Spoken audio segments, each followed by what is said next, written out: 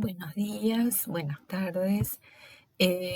Vamos a continuar con la clase pasada sobre pintura en el arte barroco. Ya habíamos estado trabajando sobre los otros géneros artísticos, ¿no? La arquitectura, la escultura, y habíamos empezado a trabajar sobre la pintura. La clase pasada, bueno, iniciamos con esto, les mostré lo que era el barroco en España y en Europa, en particular en los distintos países de Europa, mencionando artistas como Caravaggio, Rembrandt, Gentileschi, Rubens, demás. También les mencioné que existía esta corriente manierista, ¿no? El barroco convive con este manierismo y después se afianza aún más, dejando el manierismo de lado. Este manierismo que tiene particularidades, ¿no? Es como que reacciona en contra de esa representación matemática perfecta, bella, armónica del Renacimiento, ¿no? Y los artistas empiezan a expresar su manera de pintar. Sobre todo, estas características de la pintura manierista, combinadas con las barrocas, son las que llegan a América, ¿no? Les mostraba cómo eran las esculturas barrocas, que se diferencian bastante de las esculturas barrocas coloniales, ¿no? Que tienen como otra función, ¿no? Esto de conmover al espectador, pero no desde la belleza, sino desde eh, el querer imponernos una visión de la vida, ¿no? Una moralidad, una manera de vivir. Habíamos planteado la diferencia entre las pinturas europeas y las americanas, las esculturas europeas y las americanas, y dijimos que se da un sincretismo entre ambas que lo podemos ver tanto en el uso de los materiales y las técnicas, como en el estilo y también en la iconografía que aparece. Ejemplos de materiales y técnicas como la implementación del arte plumario o el enconchado. Y ahora vamos a referirnos a cómo se da este sincretismo en el estilo y la iconografía. Habíamos dicho también que había pintores europeos que llegaban a América, entre ellos Pedro de Gante, ¿no? Quien utiliza las imágenes para proponer o propulsar la doctrina cristiana. Y luego otros artistas europeos como Simón de Pereins o Andrés de la Concha, sevillano, más manierista que el anterior, Angelino Medoro, italiano, podemos decir también más manierista que barroco. Lo mismo que Bernardo Vitti, otro artista manierista europeo. Baltasar de Chávez y Orio, ¿no? Español, que viene a América, se instala y las generaciones posteriores, hijos, sobrinos, nietos, van a continuar con este oficio de artista. Pero también dijimos que había envíos de artistas reconocidos, sobre todo españoles, como es el caso de Zurbarán o de Murillo. Yo les decía que esta Virgen me encantaba, ¿no? Y que tiene que ver también con imponer una manera de representar a la Virgen Inmaculada, ¿no? Una concepción sobre la Virgen que se imponía en España con fuerza en esa época. Una Virgen que tiene que transmitir dulzura, maternidad, angelical, y para ello, qué mejor que ponerle rasgos de una adolescente, ¿no? Dulce, armoniosa, tranquila y demás. Bueno, en América aparecen pinturas en los murales, donde vemos que el estilo de estos murales tiene que ver mucho con esa representación del siglo, del 1300, siglo XIV, ¿no? De la iglesia, este fin de la Edad Media, donde la preocupación era transmitir una doctrina. Entonces no importaba la representación exacta de las cosas tal como eran. Vemos que no hay perspectiva geométrica, ¿no? No hay un uso matemático de ese espacio pictórico, sino que aparecen otros indicadores espaciales para generar esa idea de profundidad en la bidimensión.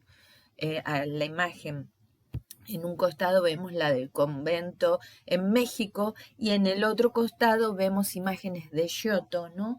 Que aparecen en iglesias europeas. Les mostré también la Capilla Sixtina en América, ¿no? Esta capilla en Andahuaylillas, que se le dice así por aparecer con todos sus muros inundados de imágenes, ya sea imágenes murales o cuadros puestos en esas paredes. Bueno, ¿cuáles eran los géneros que vamos a encontrar en el barroco colonial? Por un lado, los retratos. Dijimos que estos retratos aparecían organizados, ¿no? A una manera muy europea, con una postura, con elementos simbólicos, ¿no? Que hacen referencia a quién era ese personaje, como en este caso de la mitra o el escudo de armas, hablando de su nobleza, pero también es característico en el barroco colonial en la cartela. Esto no contando en palabras quién era ese personaje, ¿no? Esto nos da la pauta de la importancia de reafirmar quién era ese personaje, ¿no? Y acá se ve este sincretismo, porque es representar un personaje americano al estilo europeo, pero adicionándole este cartel, esta cartela, ¿no? Que es propio de este estilo americano. Dijimos que se retrataban personajes nobles españoles, pero también de la nobleza indígena que era respetada, a pesar de que se le cambiaba el nombre y se las casaba, ¿no? Con personajes españoles. O en este caso, el retrato de estos mulatos de Esmeralda, ¿no? Para mostrar cómo estos caciques afrodescendientes que se habían escapado y formado una tribu rebelándose en contra de los españoles, fueron capturados y evangelizados, ¿no? Y era mostrarle al rey español los logros en América. Pero también están pintados, ¿no? Con una manera de pintarlo muy europea.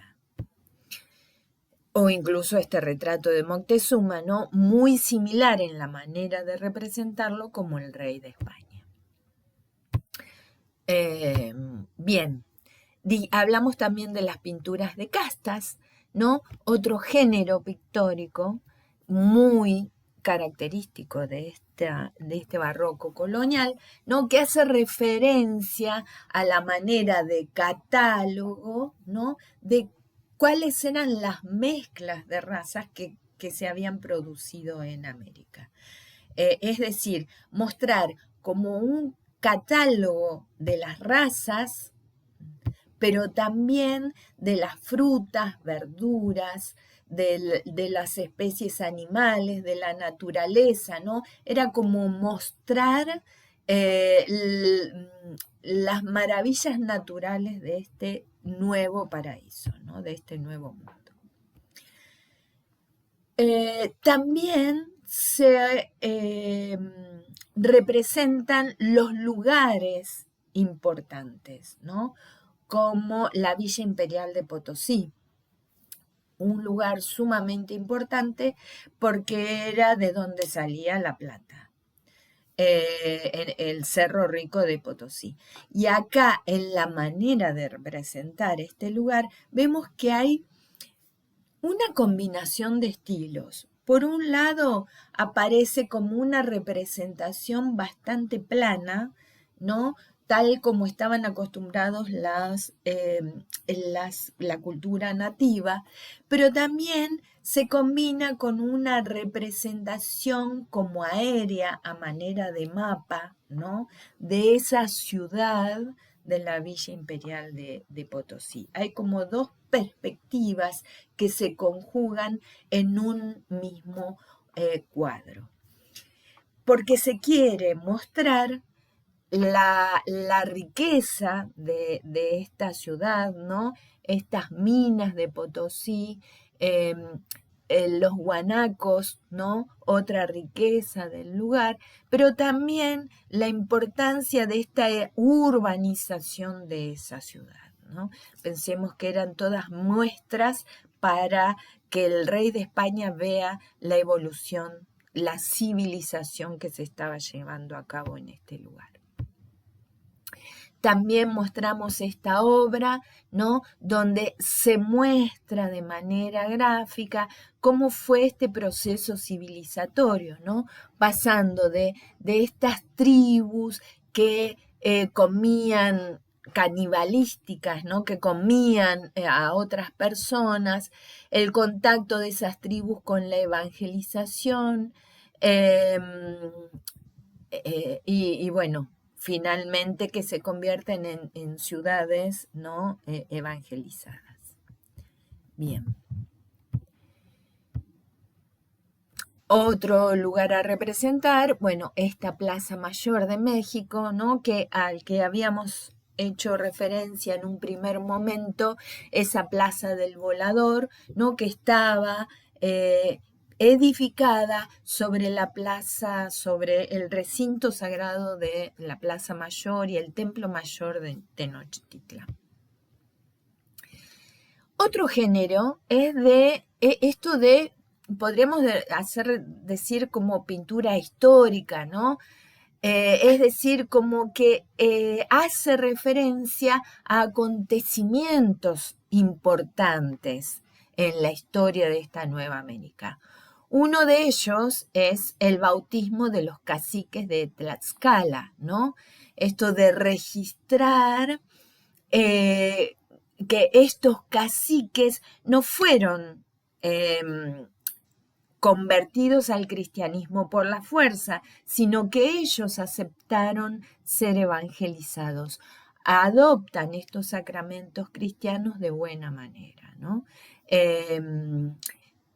Y fíjense que hay rasgos, podemos decir, de ese manierismo, ¿no? De estos primeros artistas italianos que habían venido a América, como Medoro o Viti, ¿no? Que se ve en el uso de la paleta, ¿no? Estos colores. También podemos ver que si bien hay un fondo, no hay una representación matemática de ese espacio, ¿no? No hay una representación geométrica. Puedo decir que hay superposición de personajes uno detrás de otro para indicarme que hay una primera escena, ¿no? Donde se ven a estos personajes religiosos bautizando a los caciques indígenas, y sobre ellos el Espíritu Santo y Dios Padre en un reino celestial, ¿no? Dividiendo una parte superior al reino de los cielos y una parte inferior al reino de la tierra, ¿no? Y que tiene que ver con esta visión de los tres mundos que tenían los nativos. Y en un segundo plano vemos estos personajes secundarios, ¿no? Que están haciendo de fondo a esta escena. Se observa también otro detalle de este barroco colonial, que es la cartela, ¿no? Como se ve aquí abajo, este cartel reforzando el significado de esta imagen. Vemos que es un estilo particular, que es propio de este sincretismo, ¿sí? Otro acontecimiento, por ejemplo, es la victoria de Cajamarca en Lima, ¿no? Donde se ve,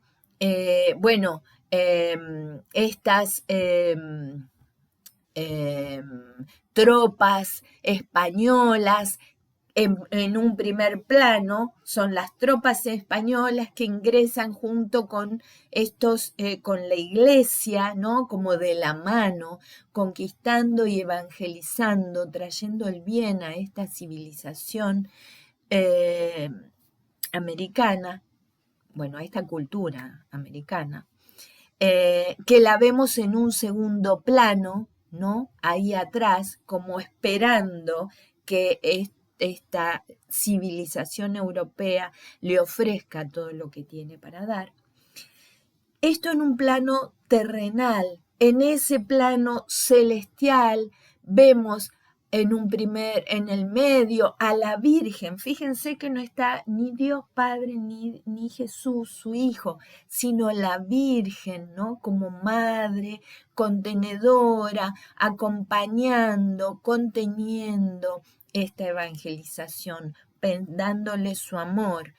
Y junto a ella están a la izquierda, a mi izquierda, el ángel arcabucero, ¿no? Estos ángeles que luchan contra el mal. Y del otro lado a Santiago, ¿no?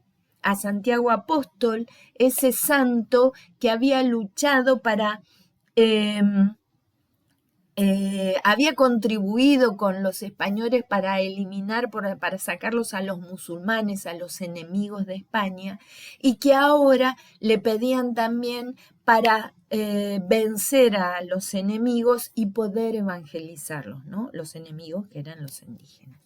Fíjense que muestra un plano celestial, un plano terrenal, ¿no? La jerarquía, ese plano celestial, quiénes lo componen, ¿no? Y en este plano terrenal también la jerarquía. Aparece también una cartela que está invadiendo esas imágenes, ¿no? Para reforzando el significado de la imagen. Al lado vemos a una representación de un festivo, de una festividad que se hacía en estos lugares públicos, en estas plazas, como es la festividad del Corpus Christi de Santa Ana. Y vemos ahí una procesión de personajes religiosos, pero también la decoración de la ciudad, ¿no? Como de las ventanas se desplegaban tapices donde predomina el color rojo, ¿no? El color rojo que para estos nativos tiene un color, tiene una simbolización particular porque se lo relaciona a la clase al poder, a los dioses, ¿no? Además está hecho con un insecto, una cochinilla, ¿no? Que al apretarla despliega un rojo muy intenso y que, bueno, para los nativos, los colores y de dónde se obtenían los colores, es como que permitían esta confluencia de todos los mundos, de todos los seres vivos, de lo mineral, de lo natural, de la mano del hombre, para crear significación y darle vida a una imagen, darle vida, darle la esencia a esa imagen, ¿sí? Y en estos tapices, en estas imágenes textiles que se despliegan, también están las imágenes religiosas.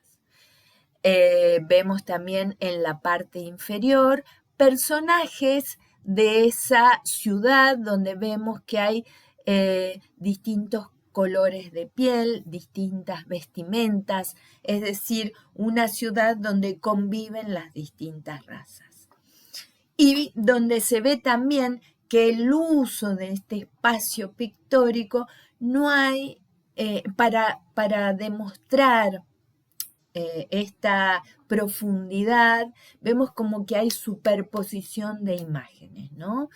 Y disponerlos en el plano de manera horizontal, poniendo a ese pueblo más abajo, a estos personajes eclesiásticos más arriba, ¿no? Y esa ciudad engalanada más atrás todavía, ¿no? Es decir, hay una combinación de estilos. Bueno, la conquista de México, ¿no? De Tenochtitlán, que esta imagen que les había dicho que son 24 tablas que están en el Museo de Bellas Artes, pero también hay otras que están en el Museo Histórico Nacional de México. O miren esta, que es la entrada del arzobispo virrey Morcillo en Potosí, ¿no? Miren, incluso me da la sensación de ser como una historieta, ¿no? Como que quiere relatar, quiere marcar un antes y un después, un tiempo en esta imagen, ¿no? Reforzando este sentido narrativo. Muestra en la parte superior dos mini escenas de esta procesión en la que participa todo el pueblo, ¿no? Los militares, la nobleza, los eclesiásticos, las distintas órdenes dominicanas, el pueblo que participaba también desde las ventanas y las terrazas de esas construcciones, también engalanado con tapices e imágenes, ¿no? Fíjense el uso del espacio, el uso de la paleta, la cartela, ¿no? El escudo también, todos elementos que aportan a darle mayor significatividad a la imagen. Y vemos también un espacio pictórico que está abarrotado de elementos, ¿sí? Porque, como decíamos recién, no importa hacer una representación real de un espacio, ¿no? Y en el que los artistas europeos ya conocían la perspectiva geométrica para poder representarlo. No importaba eso, sino lo que importaba era narrar, contar, significar. Entonces, sumado a que los nativos usaban el espacio pictórico de manera plana, ¿sí? Entonces, no había representación de profundidad. Entonces, se observa esta combinación, ¿no? Este interés de los europeos y este tipo de representación nativa y da como resultado estas pinturas. Oh, miren, este acontecimiento, me encanta esta obra, ¿no? Que representa el matrimonio de Martín García Oñez de Loyola con la princesa inca Beatriz de Juan Enrique de Borja, nieto de San Francisco de Borja, y con Ana María Lorenza de Loyola y Colla, hija de la pareja anterior, ¿no? Vemos acá la representación de las dos familias nobles, ¿no? Inca y españoles, ¿no? Que sus hijos se casan, ¿no? Y conforman una nueva familia, ¿no? Vemos, miren lo que decíamos recién, el uso del espacio otra vez, ¿no? Este espacio que está lleno de imágenes para contar y además la cartela para aclarar aún más, ¿no? Y el uso de elementos para darle más significación. ¿Cómo están representadas esa nobleza inca? Con este escudo, con su vestimenta, con el pájaro en la mano, esta sombrilla con plumas. Y miren cómo está identificada la nobleza española.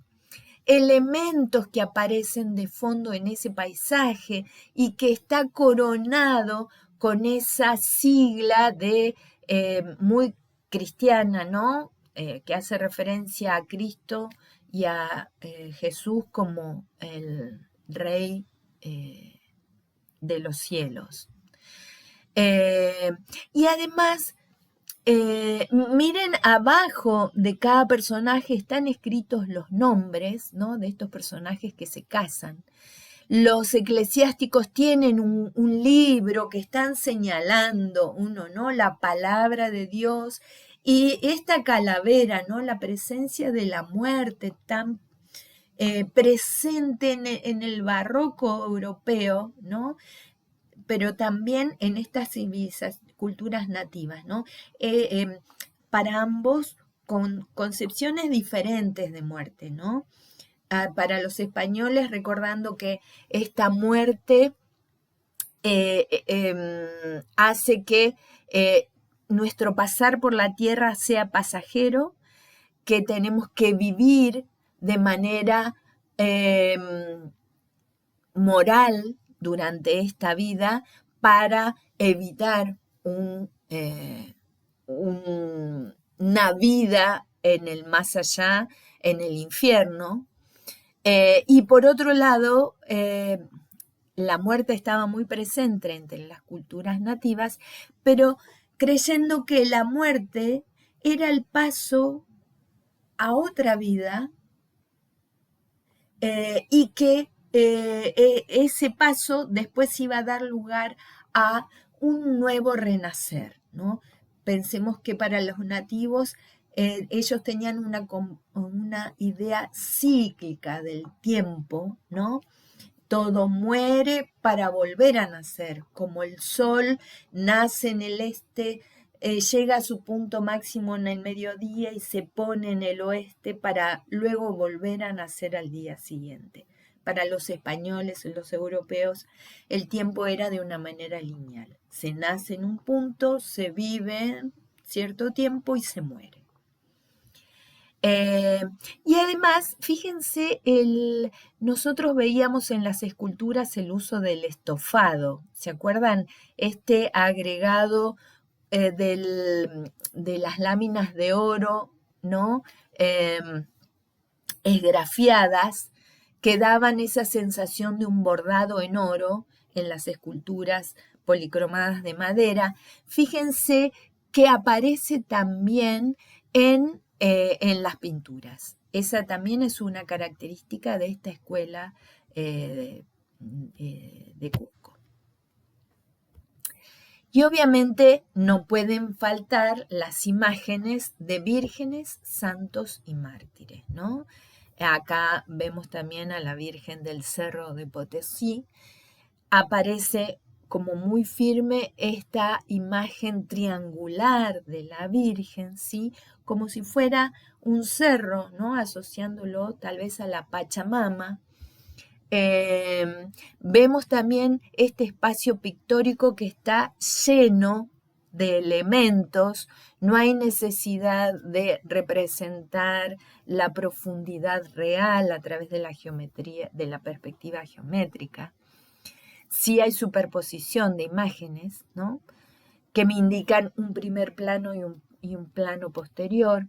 Vemos estos dos niveles, el Rey de los cielos y la tierra. La importancia de este Cerro de Potosí, asociándolo con la Virgen, ¿no?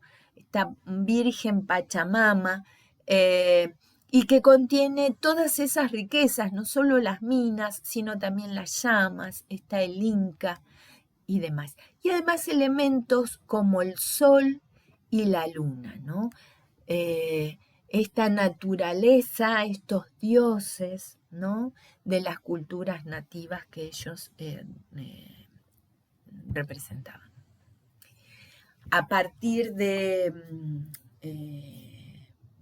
esta pregnancia de la Virgen en las culturas nativas, vamos a ver que se producen muchos encuentros entre nativos y la Virgen. Es así como nace la Virgen de Guadalupe, pero la Virgen de Potosí, la Virgen de Copacabana, la Virgen de Colombia, que en este momento no me acuerdo, o la Virgen de Luján incluso, ¿no? Estas apariciones de la Virgen o esta presencia de la Virgen de querer quedarse en un lugar, ser venerada y representada en ese lugar, y siempre de aparecerse o de revelarse ante personajes nativos del lugar, ¿no?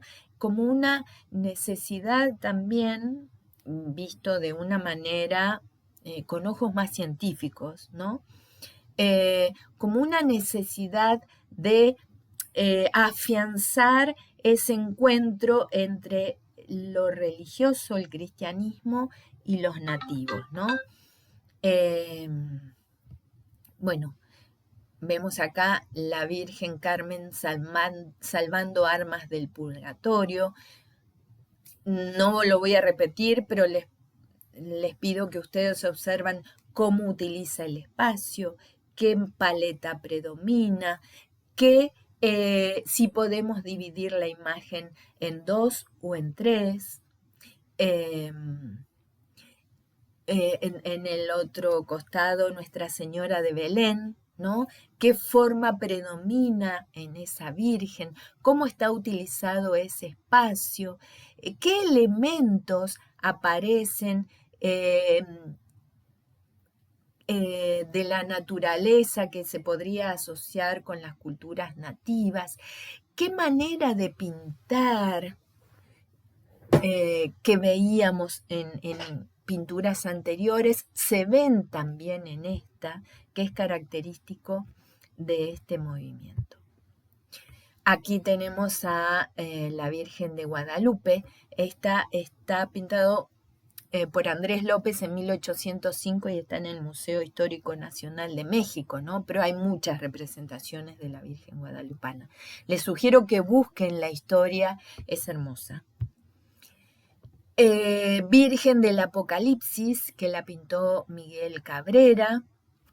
Fíjense que esta representación de la Virgen es muy diferente a las que les mostré recién. Esta representación es después del 1700, ¿no? Cuando ya los pintores están más establecidos, ya la escuela están más establecidas. Miguel Cabrera es un pintor americano, ¿no? Formado en estas escuelas por europeos, y aquí sí se observa una característica más barroca, ¿no? Donde predomina el dinamismo, las direcciones diagonales que le dan más movimiento a la imagen. Vemos que hay personajes que están como flotando en el aire, en desequilibrio. La paleta, el uso del espacio, ¿no? Y además hay como un clima que se genera a través de la luz en estas obras. Bueno, la Anunciación de Cristóbal de Vilapando, y del otro lado la Virgen de la Soledad, ¿sí? Traje estas imágenes porque Cristóbal de Vilapando es otro artista reconocido americano, ¿no? Formado en estas escuelas a partir de la llegada de pintores europeos, ¿no? Vemos que en Vilando la representación de la Virgen está como bastante estereotipada, ¿no? Y que responde a ciertos criterios a representar. Pero él, aún así, este rostro delicado, angelical, de adolescente y demás, aún así lo utiliza con características propias de este barroco. Fíjense la forma más piramidal, fíjense estos floreros con flores, el detalle de las cortinas y la aparición, esos como bordados en los bordes, ¿no? O en la imagen de la izquierda, en esta anunciación, ¿no? Este ángel que se le presenta a la Virgen María para anunciar que va a esperar a Jesús, ¿no? Este Dios que aparece en el cielo, pero también el sol, fíjense, ¿no? Dios, el sol, como haciendo un paralelismo entre ambas creencias. Y el uso del espacio, fíjense cómo está repleto de imagen, ¿no? Este horror vacui, este horror al vacío. Este es Vilapando, ¿no? Y José de Ibarra. ¿Se acuerdan de esa Inmaculada de Murillo que les mostré? Bueno, fíjense si no se parece un poco a esta imagen de José Ibarra, ¿no? A esta Inmaculada de José Ibarra. En ese movimiento, ¿no? En esta Virgen como más etérea. Y la Dolorosa de Vilapando, ¿no? También fíjense en la utilización del espacio, el escudo, miren, del ángel tiene la cartela, la aparición de elementos simbólicos para representar aún más, aumentar más el significado.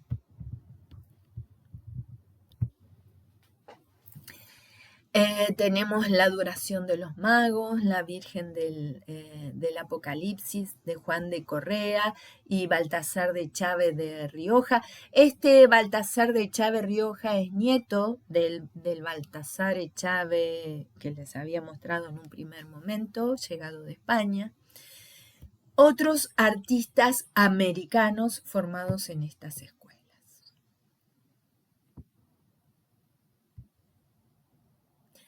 Y miren esta obra de Vilapando, ¿no? Ya pintada en la sacristía de la Catedral Metropolitana de México, ¿no? Cerca del 1700.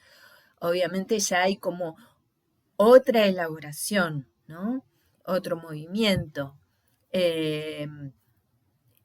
Hay más del barroco europeo en estas figuras que aparecen en desequilibrio, en la aparición de las diagonales que le dan más dinamismo, pero también hay un uso de ese espacio también abarrotado de imágenes, ¿no?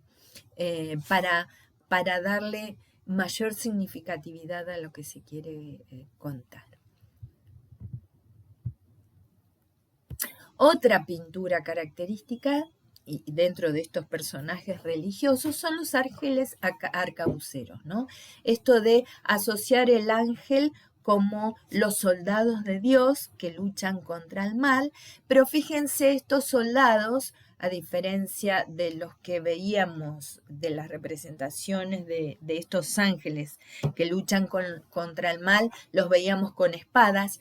Estos ángeles tienen arcabuces, ¿sí? Y parece que se ha combinado la representación de estos ángeles con un manual de guerra o de lo que es militar, ¿no? Asociando a los soldados de Dios, los soldados, ¿no? Ver cómo estaban vestidos, cómo es la vestimenta de los soldados, qué elementos tienen, ¿no?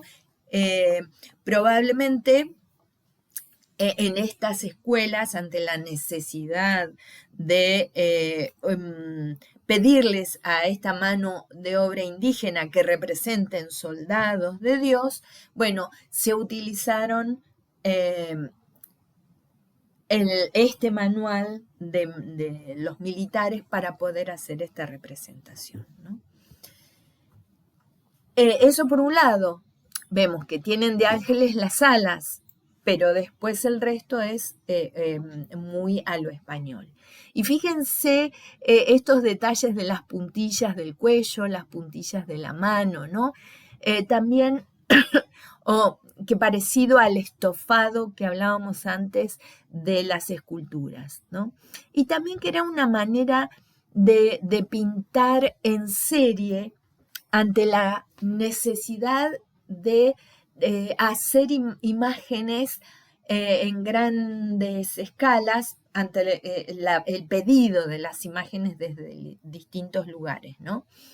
Entonces había quienes pintaban los rostros, quienes pintaban los vestidos y después quienes hacían las terminaciones, como por ejemplo estos puños o cuellos o en los costados, o incluso, vamos a ver, hay algunas obras donde aparecen en los costados de la obra todas flores, servían para disimular esta combinación de distintas madres, ¿no? De distintas manos, cosas como si estuvieran, como si fuera un grabado en distintas capas de color. Vieron que son distintas superposiciones del dibujo y a veces tengo que ser muy preciso para que coincidan bien, ¿no? A veces pasaba que uno se dedicaba a una cosa, otro a otra y otro a otra, y para disimular esas imperfecciones utilizaban estos recursos. Muchas de estas imágenes se encuentran en la iglesia de Uquía, en el norte, en Jujuy, en el norte de nuestro país. Ahí les puse una imagen. Fíjense que su exterior es una imagen muy sencillita, ¿no? Muy de ese estilo de las primeras iglesias que se fueron haciendo en la época de la conquista, ¿no? Que tenía más de castillo medieval amurallado, con torre de vigilancia, con campanario, que de iglesia, ¿no? Y el interior con retablos, ¿no? Y aparecen estos ángeles arcabuceros. Y acá les traje otras imágenes divinas, ¿no? Donde aparece también este sincretismo, ¿no? Esta combinación desde la iconografía, ¿no? Porque acá se representa al niño Jesús, pero con vestimenta inca, ¿no? Con mascaipacha, ¿no? En su cabeza, con flores, con estas sandalias tan importantes para los incas, ¿no? Con el oro en su vestimenta tan importante. Sin embargo, esta manera de representarlo con el dedo hacia arriba, la urbe ¿no? en la otra mano, ¿no? Significando al Dios Pantocrátor, ¿no? Ordenador del mundo, y entre estas cortinas rojas y ese fondo oscuro muy barroco. Y al lado la Virgen Niña Hilandera, ¿no? Fíjense que parece una niña hilandera inca, ¿no? Y además hilandera, donde los textiles tenían tanta importancia para estas culturas. Y esto que le decía, en el alrededor de la imagen, ¿no? Decorarlos con esta guirnalda de flores, por un lado que permitían delimitar la imagen y cortar la tela, separando de la imagen que seguía, pero por otro lado también viene tomado de las imágenes de los libros decorados por los monjes en la Edad Media, ¿no? Esos monjes que decoraban las páginas de la Biblia y de los escritos religiosos, ¿no? Con estas imágenes de la naturaleza, que era lo que podían representar, ¿no? Otras imágenes muy características es, por ejemplo, esta idea de la Trinidad, ¿no? Esto de 3 en 1, Dios Padre, Hijo y Espíritu Santo, ¿no? que esta está en Bolivia. Fíjense, 3 imágenes iguales, ¿no? Es como la misma imagen que se repite. Este era un recurso para mencionar a esto de la Trinidad. O otro recurso era esto de el mismo rostro, ¿no? Como si tuviera 3 facetas, ¿no? O incluso este triángulo, ¿no? Que hace referencia a estos 3 personajes de la Santísima Trinidad. Y por último, hay que mencionar también esta pintura moralista. ¿Por qué moralista? Porque era a través de las imágenes inculcar cómo se debían comportar.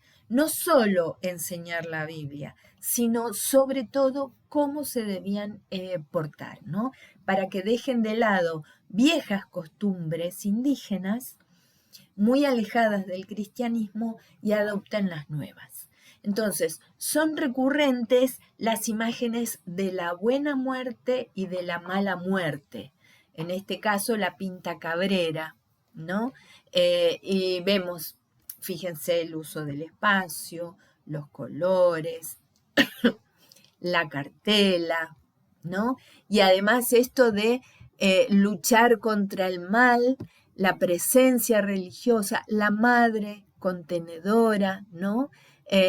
Y poder tener una buena vida para poder ir al cielo con Dios.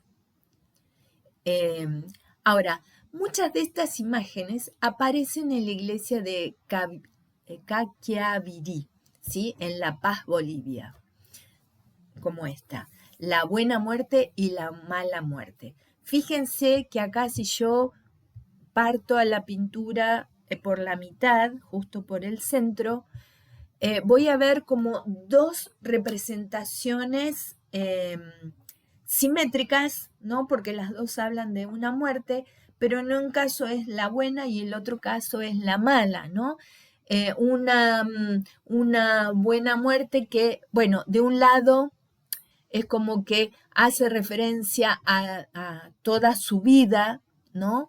Y si lleva una buena vida, va a ir al cielo con Dios, pero si lleva una mala vida, como en el lado derecho, todos los monstruos que aparecen y va a ir hacia el infierno, ¿no?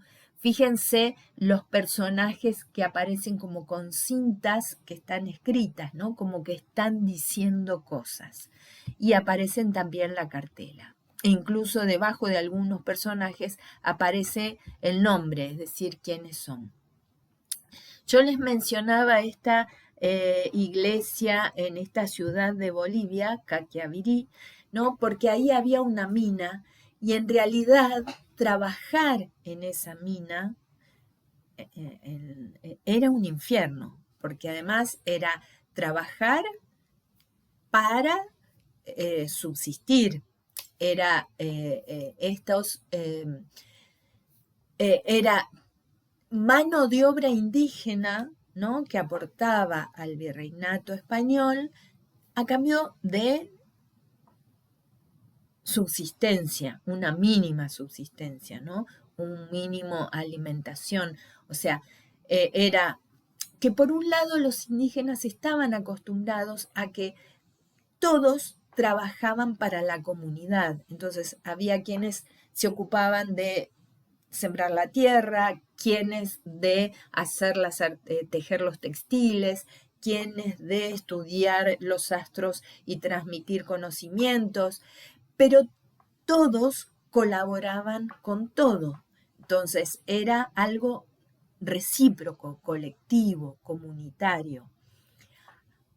Algo a los que los indígenas estaban acostumbrados. Ahora, ¿qué pasa? Los españoles hacen un abuso de eso, porque no es que el trabajo de los indígenas servía para beneficio de ellos y de toda la comunidad. Era extraer los metales preciosos para beneficio de la corona española o de ciertos personajes de la colonia española acá en América. Y a estos indígenas se los alimentaba mal, vivían mal, realmente era un infierno trabajar en esos lugares, ¿no? Y es como que muchas imágenes de esto de la mala muerte, la buena muerte, aparecen en esta iglesia como una manera de inculcar esto de aceptar, eh, resistir en esta vida para tener una vida mejor en el más allá, ¿no? Que si vamos al caso, hay autores que cuestionan, ¿no? Bueno, no sé hasta qué punto ellos, estos nativos indígenas, ¿no? Podían entender esta concepción, ¿no?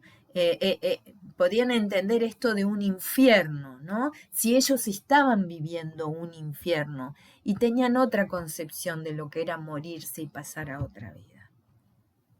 Acá vemos un detalle, ¿no? De este tema de la muerte en ese cuadro. Otro detalle, ¿no? Donde aparece el ángel, el demonio. Otro detalle. Fíjense, cada personaje está con en la aureola lleva su nombre, ¿no? Miren la representación de los ángeles alrededor de la Virgen, de Jesús. Otra imagen, ¿no? Del infierno.